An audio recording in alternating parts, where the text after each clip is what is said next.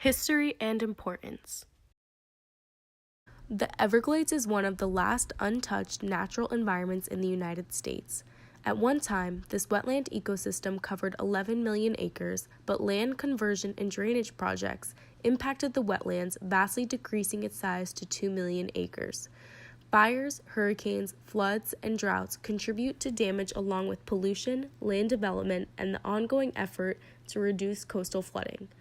Awareness about the conservation of the Everglades is important since the slightest changes to the ecosystem impact not only Florida residents, but also thousands of endemic animals who rely on the Everglades for survival.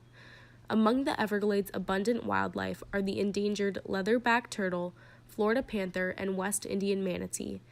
In an effort to protect and restore the area, Congress passed the Comprehensive Everglades Restoration Plan, CERP, in 2000. The objective of the project is to improve, protect, and restore Florida's largest natural asset. Geographical area. The Florida Everglades is a wetlands preserve on the southern tip of Florida. The Everglades is made up of coastal mangroves and sawgrass marshes that are home to hundreds of plant and animal species. Invasive species. The Everglades are unfortunately plagued by many invasive species, such as the loricatidae family of catfish, more commonly known as armored catfish. These fish are frequently sold as common pleco, scientific name Hypostomus plecostomus, and are very popular amongst aquarium owners for their bottom-feeding tendencies. Most armored catfish are detritivores, meaning that they consume decomposing plant and animal parts. This combined with their tendency to feed on common tank algae makes them a staple for most fish owners. However, improper disposal of these non-native catfish has caused a population of them to run rampant through the Everglades. Their feeding habits have caused significant erosion in Everglades shorelines. In addition, these fish are very territorial and will commonly eat the eggs of native species to make space for their own kin, leading to massive losses in biodiversity.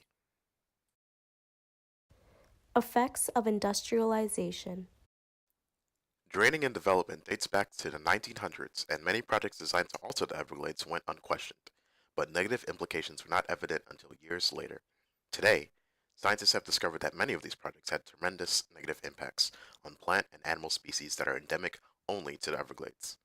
For alligators in particular, drainage projects force fish and other animals to relocate, making it difficult for them to find food.